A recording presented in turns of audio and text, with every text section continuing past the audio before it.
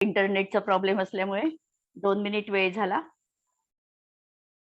एष सुरासुरमणुसिन्धवन्दितं घोदघायिकं ममलं प्रणमामि वर्धमानं तित्थं धम्मस्य कर्तारं शेषे पुनतिथयरे ससौवसिद्धे विशुद्धसद्भावे समनेयनानदंसन चरित तव वीर्यायारे ते सव्वे समगं पत्तेगमेव पत्तेगं वन्दामि अवर्तन्ते अर्हन्ते मानुषे खेत्ते किच्चारहन्ताणं सिद्धाणं तहनं गणहराणं अज्झावयवगानं साहूनं चेदि सव्वेसिं तेसिं विशुद्धदंसन नाणपहाण समं समासेज्य उवसंपयामि सम्मं जत्तो निवाण संपत्ती. स्वाध्याय कक्ष संपेपर्यंत आपणा सर्वांना चतुर्विध आहाराचा त्याग असणार आहे. अंतिम शासन नायक 1008 भगवान महावीर स्वामी की जय. द्वादशांग श्रुत देवी की जय. प्रवचन सार ग्रंथ आपण बघतो आहे. ज्ञेय तत्व प्रज्ञा पण अधिकार आपला सुरू आहे आणि यामध्ये प्रकरण आपण बघतो आहे मूर्तिक आणि अमूर्तिक रूपानी विभागणी द्रव्याची आपण पाहिली. मूर्तिक द्रव्य एकच पुद्गल द्रव्य, अमूर्तिक द्रव्य 5. मूर्तिकाचा हेतू देताना इंद्रिय ग्राह्यता हा हेतू या ठिकाणी दिलेला आहे आणि इंद्रिय ग्राह्यता म्हणजे आज जरी की तो परमाणू इंद्रिय ग्राह्य यदा कदाचित नसेल तरी शक्ती रूपाने त्याच्यामध्ये इंद्रिय ग्राह्यता आहे आणि म्हणून त्याला इंद्रिय ग्राह्य म्हटलेलं आहे. काल आपण उदाहरण बघितलं होतं की आहार वर्गणा ही इंद्रियांनी ग्रहण होत नाही, परंतु त्याच आहार वर्गणेपासून बनलेलं औदारिक शरीर मात्र इंद्रिय गोचर आहे, इंद्रिय ग्राह्य आहे आणि अशा रीतीने परमाणूमध्ये व्यक्तता त्यावेळेला नसली तरी शक्त्यांश रूपाने इंद्रिय ग्राह्यता आहे. हा एक भाग. आणि रूपी पदार्थाचं लक्षण ज्यामध्ये स्पर्श रसगंध वर्ण आहे त्याला रूपी द्रव्य म्हणायचं. हे लक्षण तर परमाणूमध्ये तंतोतंत लागू पडतं, कारण परमाणूमध्ये देखील स्पर्श रसगंध वर्ण हे 4ही गुणधर्म असतात. स्पर्शाचे 2 गुणधर्म, रस 1, गंध 1 आणि वर्ण 1. इथपर्यंत आपण कालच्या प्रकरणाचा सारांश बघितला. आता मूर्त पुद्गल द्रव्याचे गुण सांगतात की आम्हाला कधी कधी पुद्गलामधले सगळेच्या सगळे स्पर्श रस गंध वर्ण हे गुण व्यक्त दिसत नाही. कधी कोणत्या पदार्थाचा वास आम्हाला तीव्रतेने जाणवतो, त्याचा स्पर्श आम्हाला आहे असं वाटत नाही. कधी कधी आम्हाला स्पर्श जाणवतो पण आम्हाला बाकीचे त्याच्यामध्ये गुणधर्म आहे असं वाटत नाही. मग यावर काय आहे? काही मध्ये केवळ एकच आहे का? तर आचार्य या ठिकाणी उत्तर देणार आहे की ज्या वेळेला आम्ही पुद्गल द्रव्य म्हणतो त्यावेळेला त्यामध्ये एक गुण आहे म्हणजे 4ही गुण आहे आणि पुद्गल म्हटलं तर 4ही गुण त्याच्यामध्ये असणारच आहे, युगपत आहेतच ही गोष्ट. कारण ही अशी जोडी आहे, यांची अशी घट्ट मैत्री आहे की ज्या ठिकाणी एक गुण आहे पुद्गलाचा त्या ठिकाणी 4ही गुण आहे. स्पर्श व्यक्त आहे, रस गंध वर्ण हे गुण असणारच आहे.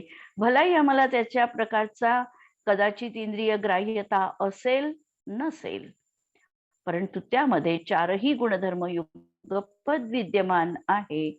आणि जो आम्ही शब्द म्हणतो हा शब्द मात्र जरी कर्णेंद्रियाचा विषय असला तरी हा पुद्गलाचा, शुद्ध पुद्गलामध्ये शब्द गुण नाही किंवा शब्द हा गुणच नाही आहे. कोणत्याही द्रव्यामध्ये शब्द हा गुण नाही आहे. शब्द एक तर मूर्तिक द्रव्यामध्ये राहू शकला असता पण मूर्तिक द्रव्याचा देखील तो गुण नाही. मग शब्द काय आहे याचं उत्तरही या गाथेमध्ये आपल्याला मिळणार आहे विस्तृत विवेचनाने. गाथा 132 नंबरची. वण्णरसगंध फासा विज्जन्ते पुद्गलस्य सुमादो पुढ विपर्यतस्य सद्दोसो पोगलो चित्तो वण्णरसगन्ध फासा विज्जन्ते पोगलस्य सुहुमादो पुढविपर्यतस्य य सद्दोसो पोगलो चित्तो सुहुमादा पुढवी पर्यतस्य. सूक्ष्मापासून अतिसूक्ष्म सगळ्यात सूक्ष्म पुद्गलाचं परिमाण परमाणू आणि स्थूलापर्यंत, तर स्थूल केवढं घेतलं तर पृथ्वीपर्यंत, पृथ्वी स्कंद इथपर्यंत पोगल दवस्य हे सगळ्या पुद्गल द्रव्यांना वर्ण रस गंध फासा विज्जन्ते. वर्ण रस गंध आणि स्पर्श हे गुण असतातच. यह सो चित्तो सद्दो पोगलो, आणि तो चित्र म्हणजे अनेक प्रकारचा, चित्र याचा अर्थ विचित्र, विचित्र म्हणजे नानाविध रूपाचा, असा जा शब्द आहे, हा शब्द देखील पुद्गलाचीच पर्याय आहे. पुद्गलाचा तो गुण नाही, पण पुद्गलाची पर्याय मात्र असणार आहे. टीका बघा. निश्चयाने स्पर्श रस गंध वर्ण इंद्रिय ग्राह्य आहे. एकेका इंद्रियाच्या माध्यमातून एकेका गुणाचं आम्हाला ज्ञान होतं. इंद्रिय अशा प्रकारे नियत विषयांना ग्रहण करतात. स्पर्शनेंद्रियाच्या माध्यमातून जो जाणला जातो तो स्पर्श गुण, आणि स्पर्श हा स्पर्शनेंद्रियांनी जाणला जातो. अशा याच्या दोन विरुद्ध व्याख्या आहे. स्पर्शनेंद्रियांनी ज्याचं ग्रहण केल्या जातं तो स्पर्श गुण, आणि स्पर्श गुण ज्या इंद्रियांनी जाणल्या जातो त्याला स्पर्शनेंद्रिय असं म्हणतात. त्याचप्रमाणे रस गंध आणि वर्ण, चक्षु इंद्रियांनी जो जाणला जातो तो वर्णगुण आहे. हे इंद्रिय ग्राह्य आहे, कारण हे इंद्रियांचे विषय आहे, आणि ते इंद्रिय ग्राह्य स्वरूप व्यक्ततावश आणि शक्तिवश. शब्द आले आहे, काही ठिकाणी त्याची व्यक्तता दिसणार आहे, काही ठिकाणी त्याची व्यक्तता दृष्टीगोचर होणार पण नाही, काही ठिकाणी त्याच्यामध्ये शक्त्यांश आहे पण व्यक्तता दिसणार नाही किंवा त्याची जाणवणार नाही. पण याचा अर्थ असा नाही की तो गुणधर्म त्याच्यामध्ये नाहीच. जरी त्याच्यामधली व्यक्तता जाणवली नाही त्या पर्यायीमध्ये, तरी तो गुण त्याच्यामध्ये असणारच आहे. हे चार गुण युगपद पुद्गलामध्ये एकाच वेळी अस्तिवान रूपाने असणार आहे. म्हणून कोठे ते इंद्रिय ग्राह्य स्वरूप व्यक्ततावश म्हणजे पर्यायी ते व्यक्त झाले आहे, आणि कुठे शक्तिवश म्हणजे पर्यायी ती व्यक्तता नाही, पण वस्तूमध्ये, परमाणूमध्ये किंवा त्या स्कंदामध्ये तो अंश, तो गुण निश्चितपणे विद्यमान असणारच आहे. कोठे इंद्रिय ग्राह्यत्व हे प्रगट रूप आहे, तर कोठे शक्ती रूपानी असल्यामुळे इंद्रियांकरवी गृह्यमान, म्हणून कधी कधी ते इंद्रियांनी ग्रहण केल्या जातात, कधी कधी इंद्रिय त्यांना ग्रहण करायला असमर्थ पण असतात. म्हणून काही ठिकाणी गृह्यमान आणि अगृह्यमान, म्हणजे जिथे इंद्रिय गोचर प्रगट असते तिथे इंद्रिय द्वारा ग्रहण केले जातात, आणि जेथे मात्र शक्तिरूप असते तेथे ते ग्रहण केले जात नाही. काही वेळेला ते ग्रहण देखील होत नाही.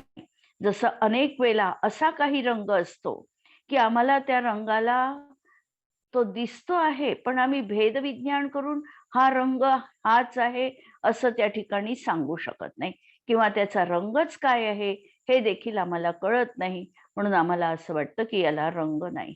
कधी कधी आम्हाला त्याचा वास जाणवत नाही, पण तरी देखील हे चारही गुणधर्म पुद्गलामध्ये निश्चितपणे असतातच असतात. म्हणून ते भलेही व्यक्त असो, इंद्रिय ग्राह्य असो अथवा नसो, पण सर्वच एक द्रव्यात्मक सूक्ष्म पर्यायरूप परमाणू पासून तो अनेक द्रव्यात्मक स्थूल पर्यायरूप पृथ्वी स्कंधापर्यंत, तो सूक्ष्मातला सूक्ष्म परमाणू असेल तरी देखील त्याच्यामध्ये स्पर्श रस गंध वर्ण असलाच पाहिजे. आणि पृथ्वी स्कंधापर्यंत तो कितीही मोठ्यात मोठा स्कंद असेल तरी देखील त्याच्यामध्ये हे चारही गुणधर्म विद्यमान असतातच असतात. हा अगदी निश्चित निष्कर्ष आपण काढायला हरकत नाही. म्हणून सामान्यपणे सर्वच पुद्गल द्रव्याचे ते विशेष गुण आहे. किंवा पुद्गल द्रव्याला जर आम्हाला ओळखायचं असेल तर ते स्पर्श रस गंध वर्णाच्या माध्यमातून आम्हाला ओळखता येऊ शकतात. आणि मूर्तपणामुळे अन्य द्रव्यात न आढळल्याने, आणि मूर्तिकपणा हा पुद्गलाचाच विशेष गुणधर्म आहे, असाधारण गुणधर्म आहे, लक्षण आहे. आणि काल जसं आम्ही बघितलं लक्षणाची व्याख्या, की जे स्वद्रव्याच्या आश्रयाने असतात आणि परद्रव्यामध्ये यत्किंचित देखील नसतात, त्याप्रमाणे हा मूर्तपणा अन्य द्रव्यात न आढळल्याने, कोणतंही द्रव्य बाकीचं, ते धर्म अधर्म आकाश काल असो की जीव द्रव्य असो, याच्यामध्ये मूर्तिकपणा नाही. कदाचित आम्ही असं म्हणू की जीव तर आम्हाला दिसतो, वावरताना दिसतो, हसताना बोलताना दिसतो, काम करताना दिसतो, मग आम्ही जीव द्रव्य त्या ठिकाणी मूर्तिक आहे असं म्हणायचं नाही का? तर आम्हाला जीव दिसत नाही. लक्षात घ्या, जीवानी हे जे शरीर धारण केलेलं आहे, ही त्याची जी असमान जातीय पर्याय आहे, त्या पर्यायी सहित आम्ही अनुमानाने हा जीव आहे असं त्या ठिकाणी जाणू शकतो. आम्हाला दिसते ती शरीर रूप पर्याय दिसते, म्हणजे आम्हाला औदारिक शरीर दिसतं, पण या औदारिक शरीरामध्ये निवास करणारा किंवा या देह देवालयात विराजमान असलेला चैतन्य आत्मा हा अमूर्तिक आहे, आणि हा अमूर्तिक आत्मा आम्हाला दिसत नाही.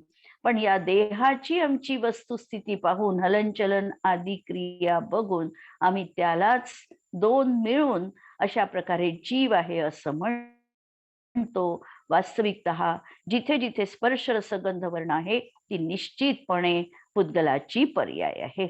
म्हणून हा मूर्तिकपणा फक्त पुद्गल द्रव्यातच आढळणार आहे, जीव द्रव्यामध्ये देखील नाही. मग प्रश्न आमच्या अंतरंगात असाही उपस्थित होतो की जीवाला संसार अवस्थेमध्ये मूर्तिक म्हटलेलं आहे, मग मूर्तिक नाही का जीव? तर असाही प्रश्न असेल तरीही याचं उत्तर आम्हाला नय विभागाने द्यावं लागणार. निश्चयाने कधीही आत्म्यामध्ये स्पर्श रसगंध वर्ण गुण नाही. मग तो संसारी असेल तरी देखील त्याच्यामध्ये रूपीपणा नाही, मूर्तीपणा नाही. कथनचित मूर्तिक त्याला या अपेक्षेने म्हटलं की त्याला शरीर आहे. दुसरी गोष्ट, तो द्रव्यकर्माचं ग्रहण करतो आहे आणि द्रव्यकर्म त्याच्याजवळ आहे, या अपेक्षेने संसार अवस्थेत त्याच्यावर कथनचित मूर्तिकपणाचा उपचार करण्यात आला.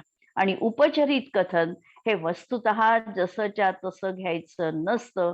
उपचरित कथनामध्ये ज्यांनी ते दाखविलेलं आहे त्याच्यामधला प्रयोजनभूत अर्थ घ्यायचा असतो. आणि म्हणून निश्चय आम्हाला पकडायचा आहे की निश्चयाने आत्मा अमूर्तिक आहे, म्हणून अन्य द्रव्यामध्ये न आढळणारे.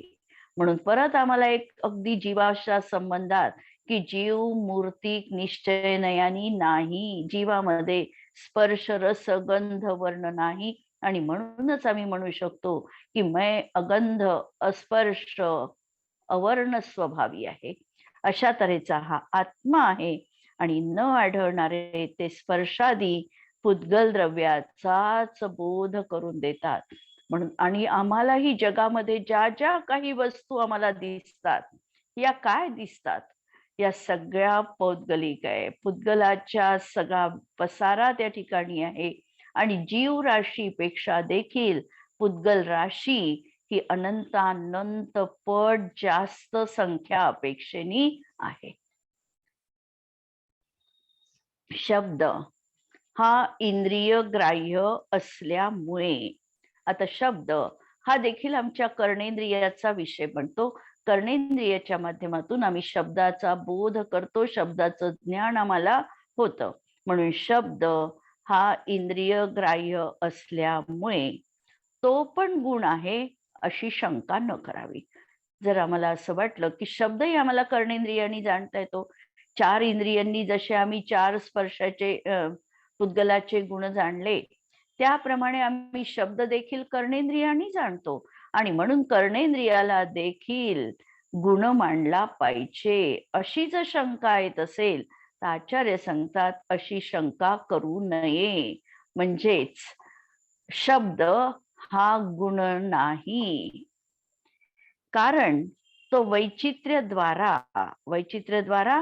नानाविध रूपानी विश्वरूप अनेक आणि अनेक प्रकार रूप आहे. कारण शब्द अनेक रूपाचा असणार आहे.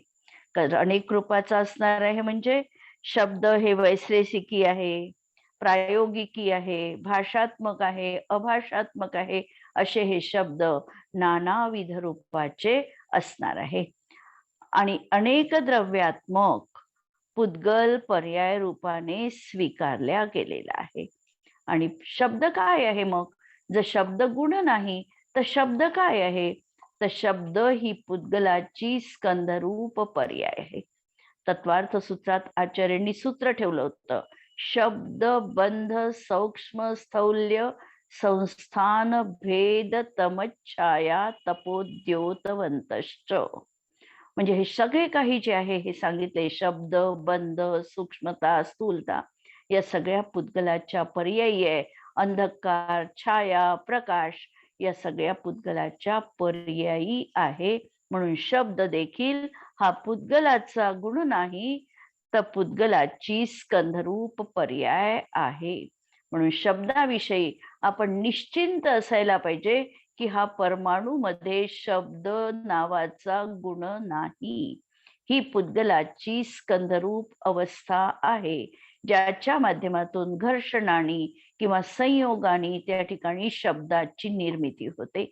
दोन परमाणूंचा संघर्ष किंवा संबंध याच्यामधून शब्दाची निर्मिती होते. घर्षणाने जशी वस्तू पडते, खाली पडली, दोनचा संयोग झाला, त्या ठिकाणी शब्द निर्माण होतात.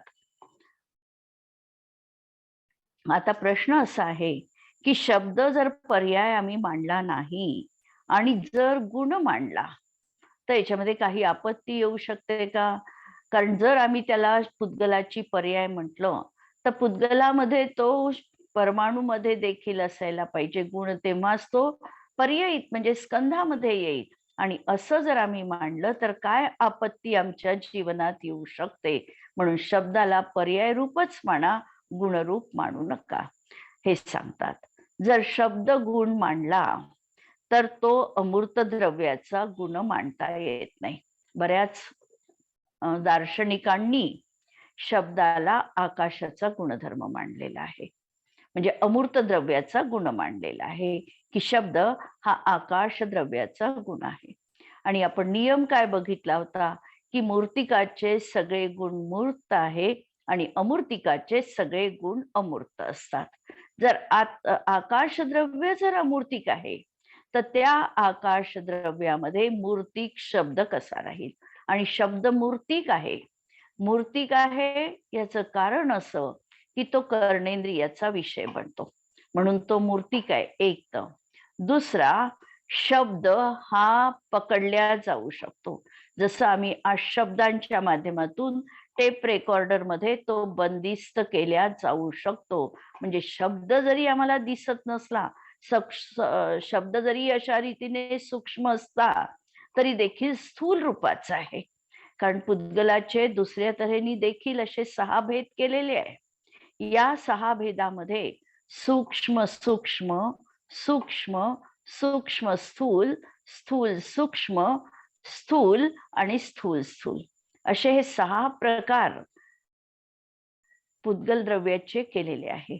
याच्यामध्ये हा जो शब्द सांगितलेला आहे हा शब्द श्रवणेंद्रियाचा विषय बनतो, चक्षु इंद्रियाचा विषय बनत नाही.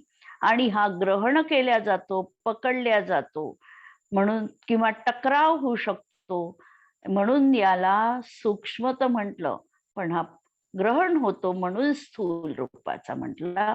म्हणून याची जी विवक्षा शब्दाची सांगितलेली आहे ही सूक्ष्म, कारण चक्षु इंद्रियाचा विषय बनत नाही म्हणून सूक्ष्म, आणि बाकीच्या इंद्रियांनी कर्णेंद्रियाचा विषय बनलेला आहे म्हणून स्थूल. अशा रीतीने याला सांगितल्या गेलेला आहे. तर असा जर आकाश द्रव्याचा आम्ही हा जर गुण मांडला तर त्या शब्दाला मूर्तिकपणा आम्हाला म्हणजे मूर्तिक आहे शब्द, मग आकाशाला देखील आम्हाला मूर्ती मानावं लागेल, मूर्तिकपणा मानावा लागेल. कारण जो ज्याचा गुणधर्म आहे तो त्याचा तसाच असला पाहिजे. आकाश जर अमूर्तिक आहे तर शब्द देखील अमूर्तिक असायला पाहिजे. म्हणून आकाशाचा हा गुण मांडता येत नाही. पहिलं तर निराकरण केलं. तर्क लक्षात आला असेल की हा अमूर्त द्रव्याचा गुण मांडता येत नाही, कारण गुण आणि गुणी यांचे प्रदेश पृथक नसतात. जे आकाश द्रव्याचे प्रदेश आहेत ते शब्द द्रव्याचे प्रदेश राहतील आणि म्हणून ते एकाच म्हणजे अमूर्त द्रव्य आणि गुण ज्ञानाने ग्रहण केल्या जावे लागेल. अमूर्त ज्ञानाने एकाच ज्ञानाने ते ग्रहण करावे लागेल. आणि असं नसल्यामुळे अमूर्त द्रव्य ही श्रवणेंद्रियाचा विषय आहे असे मानावे लागेल. आणि मग जर आकाश द्रव्य अमूर्तिक आहे असं मानलं आणि शब्द मूर्तिक आहे असं म्हटलं, पण मूर्तिक असल्यामुळे ज्याचा जो स्वभाव आहे त्याचे गुण देखील तसेच असतात, म्हणजे आकाशाला देखील मूर्तिकपणा मानावा लागेल. पहिली आपत्ती या ठिकाणी येईल, कारण शब्द श्रवणेंद्रियांनी ग्राह्य होतात. आकाश द्रव्य मात्र पाचही इंद्रियांचा विषय बनू शकत नाही.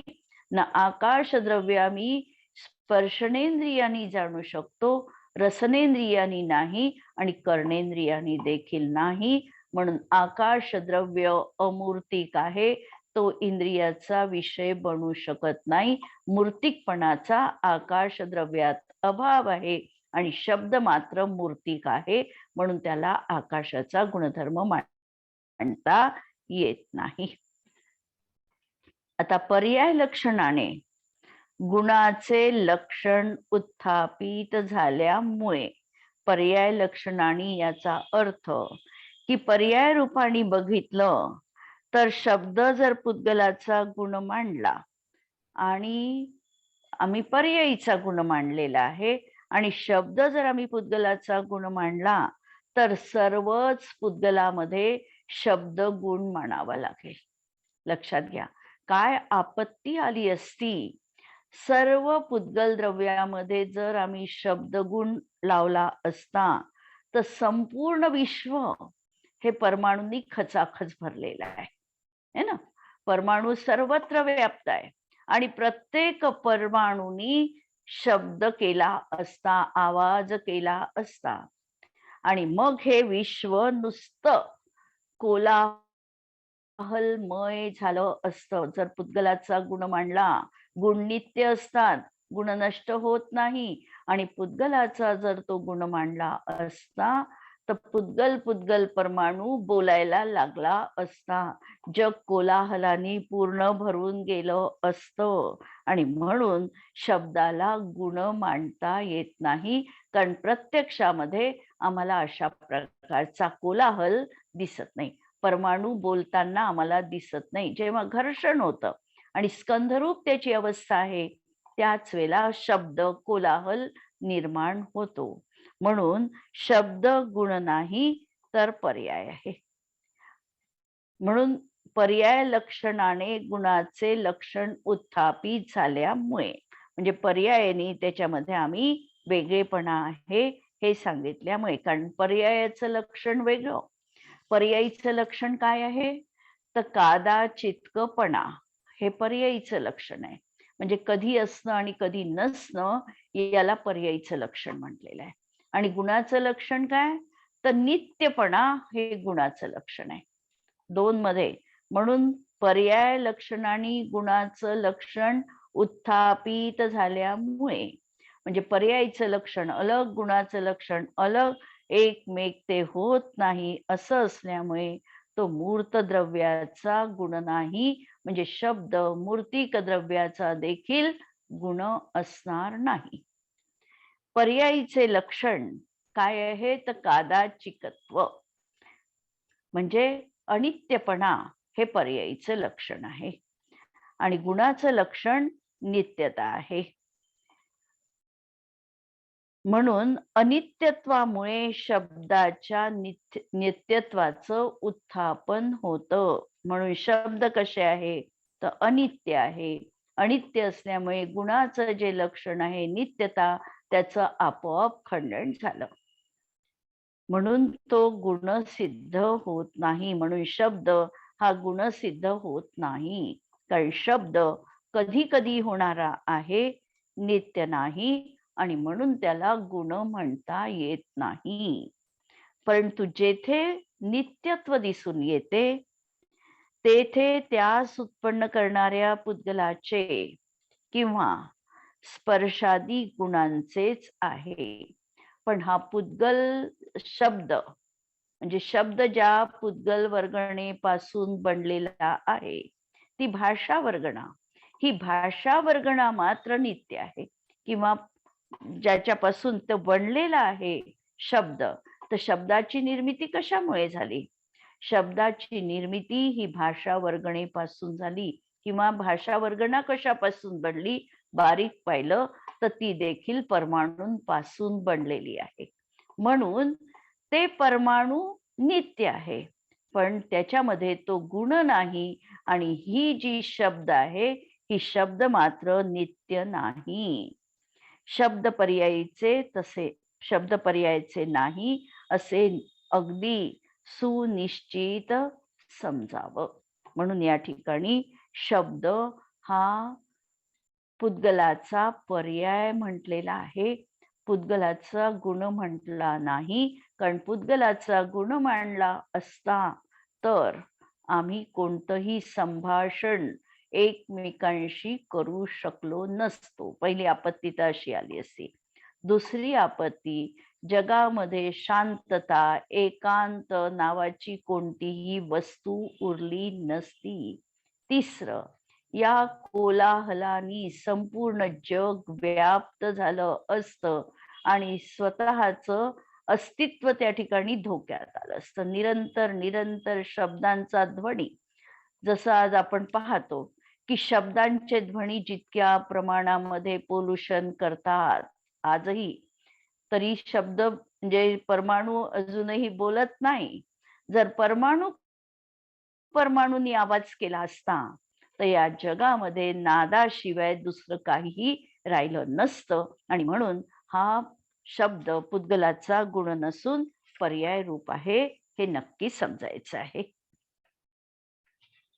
आता पुढे थोडं प्रकरण वेगळ्या रूपाने घेणार आहे आचार्य, की बऱ्याच वेळेला मला हे 4 गुणधर्म जे पुद्गलाचे आहे, या 4 गुणधर्मांमध्ये काही गुण आम्हाला व्यक्त रूपाने दिसतात आणि काही गुण आम्हाला दिसत नाही.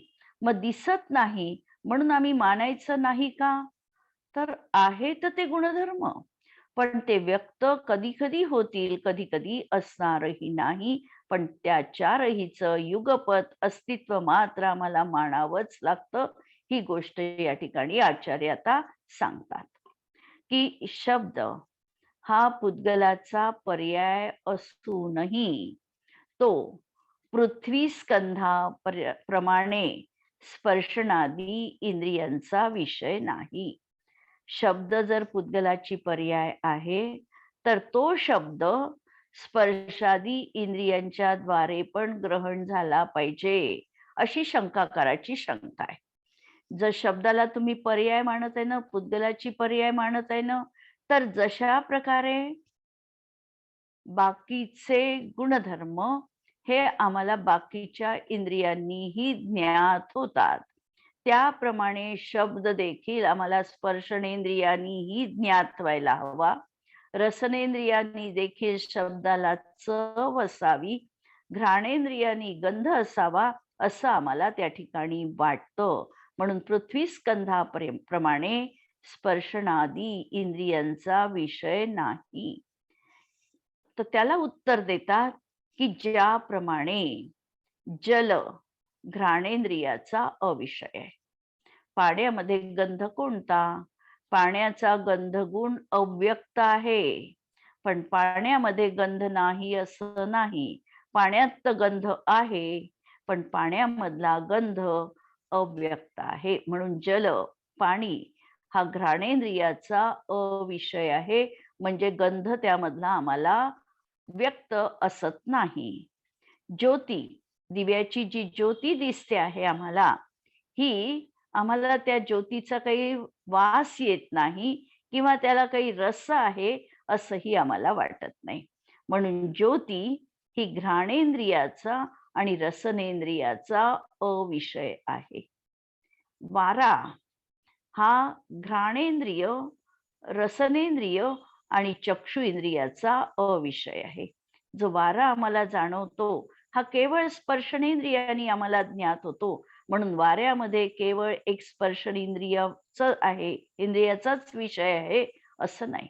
त्याच्यामध्ये घ्राणेंद्रियाचा गंध विषय पण आहे, रसनेंद्रियाचाही विषय आहे आणि चक्षु इंद्रियाचाही विषय आहेच. त्यामुळे जल अगंध आहे, ज्योत अगंध अरस आहे, वायू अगंध रस आणि वर्ण आहे असे मात्र नाही. म्हणून अशा प्रकारे असे मात्र नाही, नाही याचा अर्थ की एक व्यक्त आहे पण बाकीचे अव्यक्त आहे, पण त्याच्यामध्ये ते गुण आहेतच. कारण सर्वच पुद्गलांमध्ये स्पर्शादी चतुष्टयानी सहितपणा मांडलेला आहे. म्हणून पाण्यामध्ये गंध नाही म्हणून आम्हाला फक्त 3च गुणधर्म पाण्यात आहे असं नाही. त्यामध्ये गंध जरी नसला तरी देखील त्यामधला गंध त्यावेळेला व्यक्त नाही, पण त्या ठिकाणी गंध गुण आहेच. आणि मग उदाहरण सांगितलं, चंद्रकांत मणी, लाकूड आणि यव यामध्ये स्पर्शादी चतुष्क प्रगट आहे. चंद्रकांत मणी कार्य काय करतो? चंद्रकांत मणी असा मणी आहे की ज्या मण्यांपासून सिद्धांतांच्या प्रतिमा बनतात. अनेक असे दुर्मिळ हे मौल्यवान दगड आहेत की त्या लोकांनी त्या काळामध्ये या दगडांचा संग्रह करून हे पाषाण जमवून त्यापासून मूर्ती निर्माण केल्या. आणि मूर्तीमध्ये देखील त्या, आता चंद्रकांत मण्याची प्रतिमा तर ही आपल्याला मूळबिद्रीच्या मंदिरात पाहायला मिळू शकते. त्या ठिकाणी त्या मूर्तीचं किंवा चंद्रकांत मण्याचं वैशिष्ट्य हे आहे की हा चंद्रकांत मणी जर चंद्रप्रकाशात ठेवला तर त्या मण्यामधून पाणी झिरपतं. तसंच सूर्यकांत मणी आहे. सूर्यकांत मणी जर सूर्याच्या प्रकाशात ठेवला तर तो आग उत्पन्न करू शकतो, ज्वाला उत्पन्न करण्याचं सामर्थ्य आहे. म्हणजे हे असे दुर्मिळ पाषाण आणि त्या लोकांना त्याचे गुणधर्म ज्ञात होते आणि त्यांनी ते संग्राह्य केलं आणि संग्राह्य करण्यासाठी माध्यम वापरलं जिनेंद्र भगवंतांच्या प्रतिमांची निर्मिती आणि त्याला नाव दिलं सिद्धांत. अशा अनेक दुर्मिळ मूर्त्यांचा संग्रह आम्हाला अनेक ठिकाणी, आपल्या जवळच्या ठिकाणी बघितलं तर आम्हाला कारंजाला मिळू शकतात, पण मूळबिद्री एवढ्या प्रतिमा तर कारंजाच्याही सिद्धांतात नाही. पण काही प्रतिमा अशा आहे वैशिष्ट्यपूर्ण पाषाण, जसं नागमण्याची प्रतिमा आहे. तर नागमण्याची प्रतिमा ही नागाचं विष हरण करणारी प्रतिमा आहे. गरुड मण्याची प्रतिमा ही पण विष हरण करणारी प्रतिमा आहे. लसण्या मण्याची प्रतिमा, लसण्या मणी किंवा त्याला वैडूर्य मणी असं म्हटलं जातं, ज्या प्रतिमेवर जर दूध टाकलं तर त्याचं दह्यामध्ये रूपांतर होतं. आता इथे या ठिकाणी आलं चंद्रकांत मणी. चंद्रकांत मण्याचं वैशिष्ट्य हे आहे की हा जर चंद्रप्रकाशात ठेवला तर या मण्यातून पाणी निर्माण होतं. आता पहा, आचार्यांना तुलना दाखवायची आहे. चंद्रकांत मणी, मणी आहे तोपर्यंत त्याच्या स्पर्श, रस, गंध, वर्ण 4ही गुणधर्म आहे आणि त्याच मण्याचं पाणी बनलं तर पाण्यामध्ये ते गुणधर्म येईल की नाही, स्पर्श, रस, गंध, वर्ण येईल की नाही. आणि त्या पाण्यामध्ये गंध अव्यक्त आहे. पाणी निर्माण झालं आणि पाण्यामध्ये गंध अव्यक्त आहे. आता दुसरं उदाहरण घेतलं लाकडाचं. लाकडामध्ये 4ही गुणधर्म आम्ही इंद्रियांनी ग्रहण करू शकतो, स्पर्श, रस, गंध, वर्ण. पण हेच लाकूड पेटविल्यानंतर जो धूर किंवा अग्नी उत्पन्न झालेला आहे, हा अग्नी काय आहे, घ्राणेंद्रियाचा आणि रसनेंद्रियाचा विषय बनत नाही. तिसरं उदाहरण घेतलं यव. असं म्हणतात की यव खाल्ल्यानंतर वायूचा प्रकोप होतो. वायू निर्माण झाला, वारा, तर वाऱ्यामध्ये परत अगंधपणा, रस नाही आणि वर्णपणा नाही असं आम्हाला वाटतं. पण हे त्या ठिकाणी यामध्ये प्रगट आहे, म्हणून यापासून उत्पन्न होणाऱ्या पुद्गल परिणामामध्ये मात्र चंद्रकांत मण्यापासून स्रवणाऱ्या जलामध्ये गंधाची अव्यक्तता, लाकूडजन्य अग्निज्वालेमध्ये गंधरसाची अव्यक्तता आणि उदरगत वायूमध्ये जो यवानी उत्पन्न झालेला आहे, तिथे गंध रस वर्णाची अव्यक्तता दिसून येते. निष्कर्ष हा की चारही गुणधर्म पुद्गलामध्ये युगपत विद्यमान आहेतच आहेत. पुढचा पॅरेग्राफ आपण परवाच्या याच्यामध्ये बघूया. आज इथे थांबू. जिनवाणी के ज्ञान ते सुझे लोकालोक, सो जिनवाणी मस्तक नमो सदा देत हो घोक. नमो अरिहंताणम नमो सिद्धाणम नमो आयर्याणम नमो वच्छायाणम नमो लोहे सव्वसाहुनम. सर्वांना जय जिनेंद्र.